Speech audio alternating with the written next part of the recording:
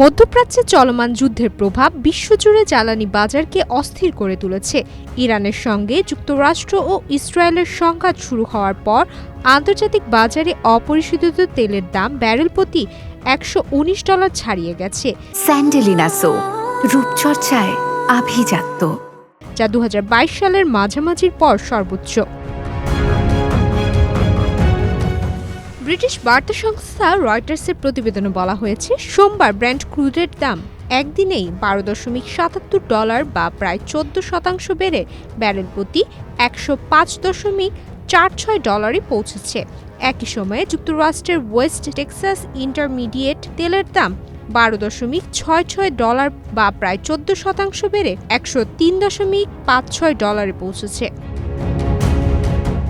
অত্যন্ত অস্থির এই লেনদেন পর্বে এক পর্যায়ে ব্রেন্ট ক্রুডের দাম ব্যারেল প্রতি $119.50 উঠেছিল, যা একদিনে বড় ধরনের মূল্যবৃদ্ধির ঘটনা। একইভাবে ওয়েস্ট টেক্সাস ইন্টারমিডিয়েট তেলের দামও এক পর্যায়ে $119.48 পৌঁছে যায়।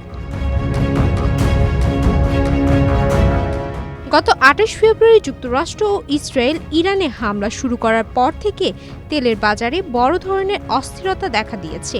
এই সময়ের মধ্যে ব্রেন্ট ক্রুডের দাম প্রায় 66% এবং ওয়েস্ট টেক্সাস ইন্টারমিডিয়েটের দাম প্রায় 77% বেড়েছে। বিশ্লেষকদের মতে, তেলের সরবরাহ নিয়ে অনিশ্চয়তা এবং গুরুত্বপূর্ণ নৌপথে অচল অবস্থার আশঙ্কাই এই মূল্যবৃদ্ধির প্রধান কারণ।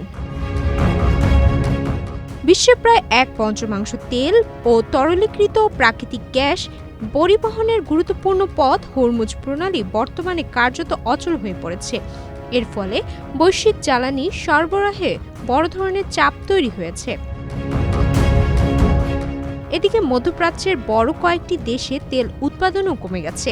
ইরানের দক্ষিণাঞ্চলের প্রধান তেল ক্ষেত্রগুলো থেকে উৎপাদন প্রায় 70% হ্রাস পেয়েছে। কুয়েতেও অনিবার্য পরিস্থিতির কারণে উৎপাদন কমানোর ঘোষণা দিয়েছে।